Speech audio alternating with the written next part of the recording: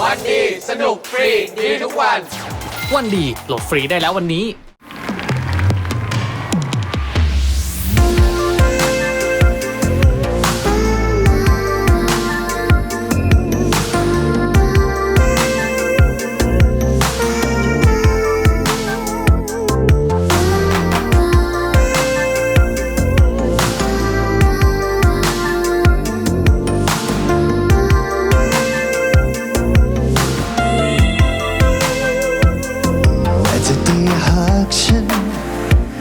พูดดีๆกับเธอสักหน่อย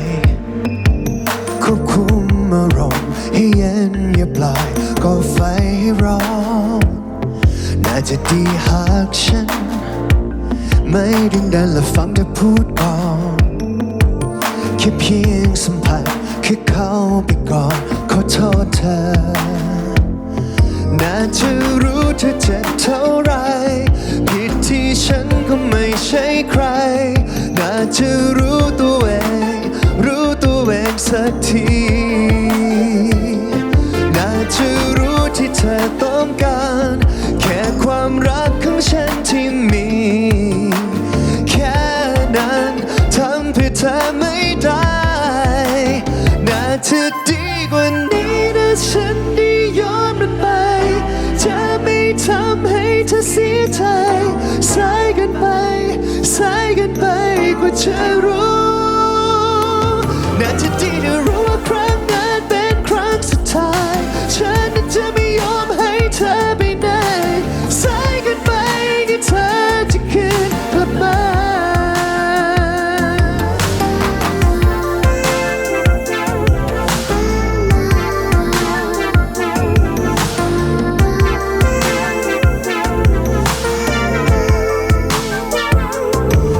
ดีหากฉัน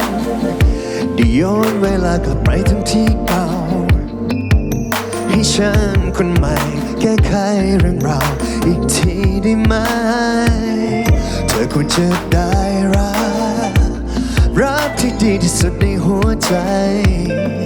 แต่ฉันเองทิ้งโอกาสนั้นไปหมดแล้วน่าจะรู้เธอเจ็บเท่าไรที่ฉันก็ไม่ใช่ใครน่าจะรู้ตัวเองสักทีน่าจะรู้ที่เธอต้องการแค่คนรักสักคนที่ดีแค่นั้นทำเพื่อเธอไม่ได้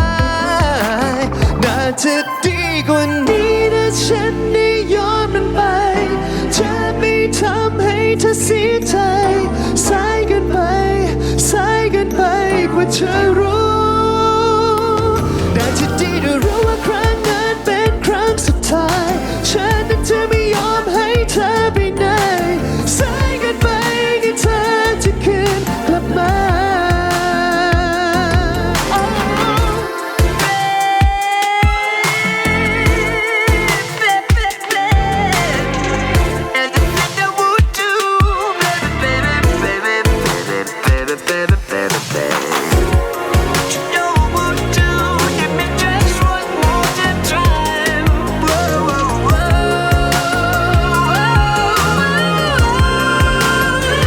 จะดีกว่านี้นะฉันได้ย้อนไป